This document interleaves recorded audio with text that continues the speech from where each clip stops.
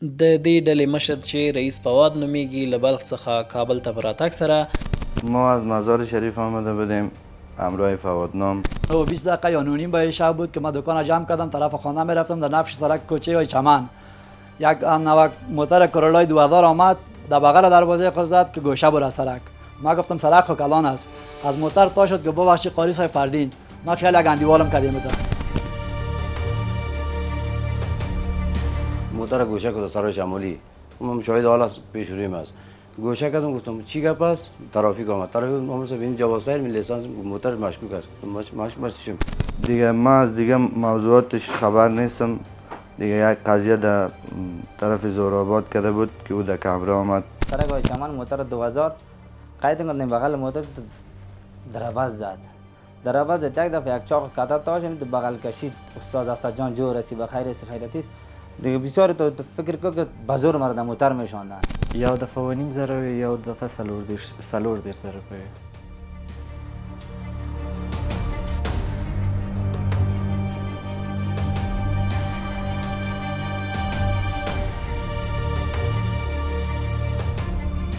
بیا ملګرو په سری کمرې چک کړلې او دا خلک هم ګیر کړل 2 کسان هم ګیر کړل او 2 کسان تحت کشف لاندې دي.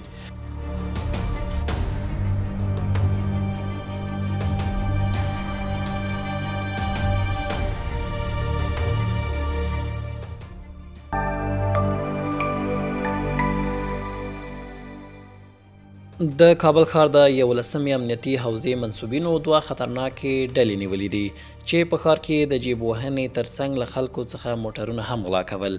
نیول شوي کسان اعتراف کوي چې دوی به په بیلابیلو تاکتیکونو په موټرو کې د خلکو جیبونه وهل او حتی هغه موټرونه چې د سړک پر غاړه به ولاړ وو تښتول به یې او وروسته به یې پر نورو خلکو پلورل. د دې ډلې مشر چې رئیس فواد نومیږي له بلخ څخه کابل ته په راتګ سره له یوه هیوادوال څخه موټر تښتولی و او ترڅنګ یې یو شمېر هټیوال هم لوټ کړي وو. ما از مزار شریف آمده بودیم همراه فوادنام که فوادنام در فعل کیسه‌بری بود. دیگه ما برآمده بودیم به خاطر نان خوردن که یک بار یک موتر برنگ نقره‌ای در قسمت قلعه نجارا بود همونجا ویتنام پایان شد. موتر گرفت برد طرف باغ بابر در یک سرای. باز ما را همراه ولی نام گرفتار کردن در سرای شمالی. بنان از ما پرسان کردن که موتر کجاست. با آدرس موتر ما دادیم در باغ بابر در یک سرای بود. دیگه فوادنام فعل کیسه‌بری و فعل خرابی داشتن. فوادنام هم در شهر مزار شریف آشنا شده بودم دیگه تقریبا مدت 1 سال میشه. من دریور تاکسی بودم در همونجا تاکسیوانی میکردم با یه آدم آشنا شدم.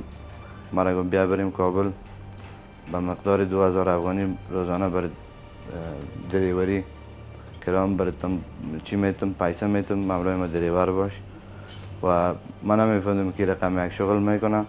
پس آن فهمیدم خب کار اشتباهی بوده دیگه حال گرفتار ارگانای امنیتی شد. دیگه ما از دیگه موضوعاتش خبر نیستم. دیگه یک قضیه در طرف زورآباد کرده بود که او در کمره آمد و یک قضیه نیم موتر است که من خبر دارم. دیگه از دیگه موضوعات قضیهش ما خبر ندارم. یو بل تن چې په دې ډله کې نیول شوی وایي دی له فواد سره موټر چلونکی و او نو خبر چې فواد کسبګري کوي او د موټرو په غلا کې لاس لري. ما آدم فوادنام دریور موترش بودم در مزار لاین مزار کابل کار میکنم. موترش گرفت آوردم که خانه میشه کابل رو تسلیم کردم. پس رفتم خانه پس آمدم که موتر خود گرفته بودم طرف مزار بذار نمی آدم کیسه‌بر بوده نفر آمد بذار موتر گوشه کرد سرای شمالی من شاهد حال است پیش رویم است گوشه کردم گفتم چی گپ است ترافیک آمد ترافیک آمد این جواز سیر می لیسانس موتر مشکوک است مشیم بریم اوضاع آمدم که بعد فوادنام جیبی بیادرم زده نه مگه سیکو مگه جنجال شه ما کشیدیم بر هغه کسان چې د رئیس فواد له لوري یې جیبونه وهل شوي له حکومت څخه د سختې سزا غوښتنه کوي او خپله کیسه داسې بیانوي. 20 دقیقه یا 9 به شب بود که من دکان جمع کردم، طرف خانه میرفتم، در نفش سرک کوچه های چمن یک نوک موتر کرولای 2000 آمد، در بغل دروازه خود زد که گوشه بر از سرک. ما گفتم سرک خو کلان است. از موتر تا شد که ببخشید قاری صاحب فردین، ما خیلی یک اندیوالم کردیم تا بسیار زیاد ببخشید. این مجرد بغل کشی کردن جیب مرا زد. 37000 روپیه جیبم همراه بجاکای مال که $100 بود. وقتی که پایتر از جیب ما گرفتن، جیبای واسکت دیگه رقمی بود، رقم واسکت نبود، واسکت این وقت نمیاد. جیبا چقدر است، سه پیرا مرا داخل موتر کش کرد که بیا تا گندیوال ما اگر تو ما را بشناسی. ما طرف خیال فردین کردیم، گندیوال ما قاریز به نام قاری فردین. دیگه تا بالا آخره که کامیاب شدن پیسه مرا دادن. نمی سر شمالی کراچی دارم، نمیدونم 9 بجه شب بود حرکت کردم، تو طرف خانه می آمدم. طرف خانه رو نمی سرک های چمن موتر 2000 قاید کردم، بغل موتر درباز زد. درباز یک دفعه یک چاق کتا تاش تو بغل کشید. استاد اسد جان جو رسی به خیرتی دیگه بسیار تو فکر کو که بازور مرد موتر میشاندن. آجی خودش کش میکردن، به عمرش سونو موتر کش میکردن. 5-6 پیرا می رقم کردن، پیسه مکمل گرفتن. یک وقت یک درجه پیش شدم، فکرم متوجه به جیب شدم. پس سرشان آمدم، مردم صدا کردم، دم حین مردم صدا کردن، موتر جاگل شد. هر چیکار موتر روشن نشد. موتر واده که بیادر موتر روشن کرد، ما را کرد موترم زد و حرکت کرد. مسئولین امارات سرش فیرم کرد، در غیر 2 مثال نشدن و فرار کردن. د جیب وهونکو یوه بله ډله هم د 11مې حوزې د ځواکونو له لوري نیول شوې چې په خپل ځانګړي مهارت سره به یې په موټرو کې له خلکو جیبونه وهل. دلته مې غلا کوله، ارزان قیمت کې مې کوله، جیبونه مې وهل خلکو نه او ټول ځان کې مې وهل. زه وم او فرمان را سره انډیوال مې و، پنډکۍ او رسول الله لاندې مې تېرو، پیسې مې خپلې خلکو نه. کرۍ موټر ته به جګېدلم، ورسره به کېناستېدم. یوه میاشت کېږي چې زه کیسه ته غلا ته وتی یم. یو دفعه مې ارزان قیمت کې غلا کړې ده او یو دفعه دلته راغلی یم.